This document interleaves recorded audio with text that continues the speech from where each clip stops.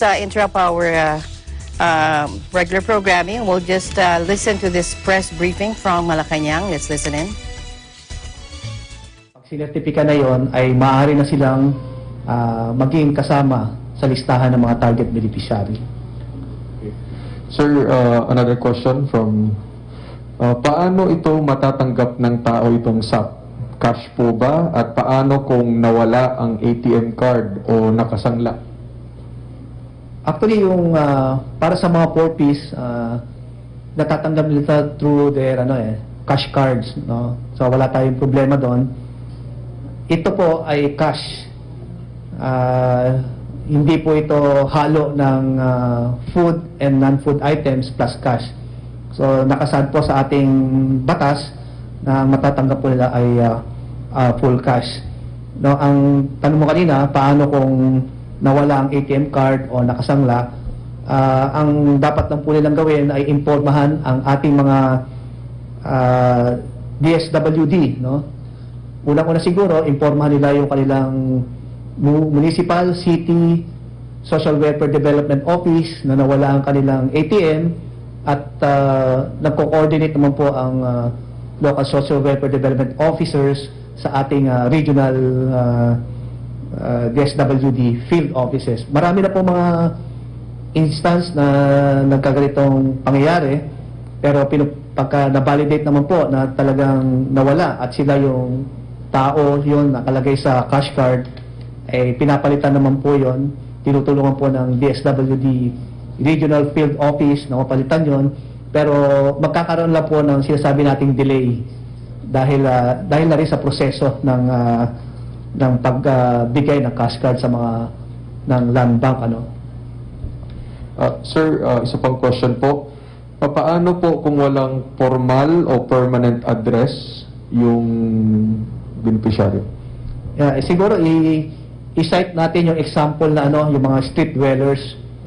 Pagka ganito mga sitwasyon, ang una po dapat makaalam niyan ay yung mga sinasabi natin mga LGU, dahil sila yung nakakaalam ng kanilang mga nasasakupan.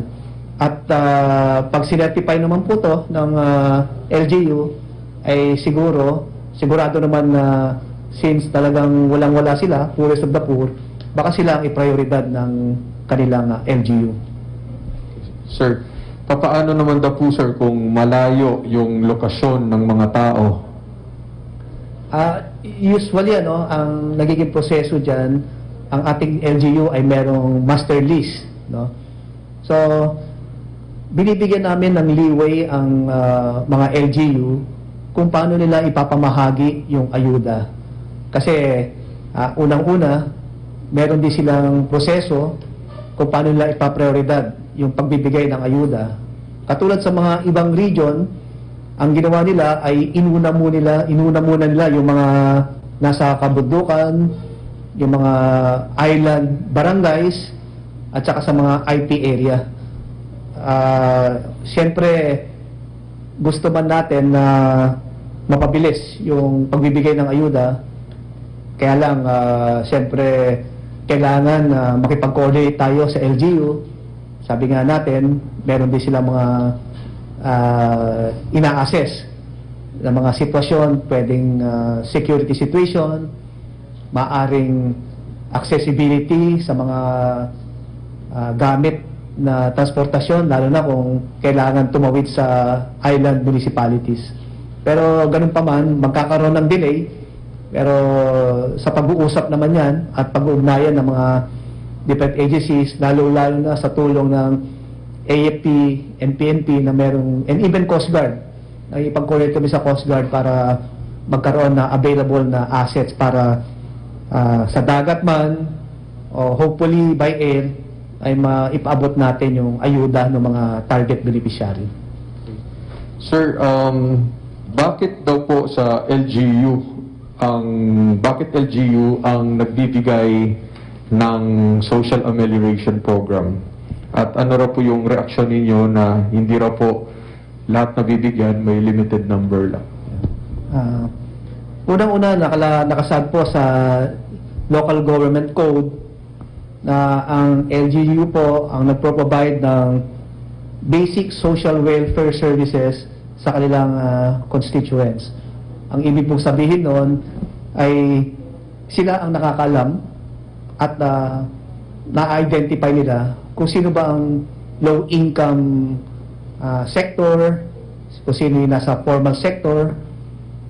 At dahil naman itong 18 million na low-income families, ay mabibigyan nila ng prioridad based sa profile ng mga kanilang mga nasasakupan. As emphasized by RA 11469, the Emergency Subsidy Program or SAP, again, emphasize natin, shall be given to low-income families assessed to be most affected given by their existing life situation or circumstances. So ayun po talaga yung malaking role ng ating LGU at sa pag-identify kung sino po ang mabibigyan ng prioridad. Ngayon, yung balik tayo sa tanong, pinipili ng LGU kung sino bibigyan. Babalik po tayo dito sa local government code na sila ang nakakaalam ng kanilang benepisaryo. Kaya siguro, sa tingin nila, mas nangangailangan itong pamilya na to, kaya inuuna nila bigyan ng social amelioration card. Okay. Sir, may patanong from Francis Wakefield of Daily Tribune. Paano raw po yung mga nananamantala? May umiikot daw from DSWD para sa SAP. Pinatawag raw sila ng purok leader. Ang kaso may ibang residente sa QC na pasok sa SAP kahit government employee na. Saan pwedeng magreklamo? May namimili ata ng pagbibigyan ng SAP. Actually, unang-una, no, nakalagay sa aming guideline na maaring managot, no, ang LGU kapag merong mga complaint na hindi naaayon doon sa sinasabi ng batas. Meron kaming grievance redress system. Ito isang mekanismo para ang ating mga kababayan na sa tingin nila nakita sila ng anomalya o irregularidad sa pagbibigay ng SAP ay maaari na nilang idulog to sa aming grievance redress system. No? Nakaset up ito sa DSWD, meron kaming operation center doon, open to 24/7. At pagka na-substantiate, no, yung kanilang complaint, nag-usap na po kami ni Secretary Anyo na right there and then, pagka guilty, ang sa aking pananaw, personal na opinion, nung nag-uusap kami dito, ang sabi niya ay basta masubstantiate ang ebidensya, ay isususpend niya kagad kung sino yung opisyal ng LGU na yun. Kasi importante yun, ano? Para makita ng tao na talagang ang makakatanggap ng social amelioration program ay yung mga nararapat. Dapat nga masampulan natin yung mga LGU dahil parang hindi gayahin ng mga iba. Kasi pagkahahayaan lang natin yan, ang mangyayari, si barangay captain, bakit nakalusot? Okay naman pala, di kailangan dumiskarte na rin ako. So siguro ay na rin ang dapat iwasan natin na hayaan yung mga ganitong anomalya o irregularidad. Kaya nga palaging panawagan ko, no, sa ating mga kababayan na sana mag-ingay kayo, sumigaw kayo kapag meron kayong mga nakita na very obvious, sabihin natin talagang sumusuway o nagbaboyulate sa provision ng ating batas tungkol sa Social Amelioration Program. Okay, sir, yun lang po ang mga katanungan. Meron po ba kayong closing message bago pa tayo magtapos? Maraming salamat sa ating mga taga-panood at taga-pakinig.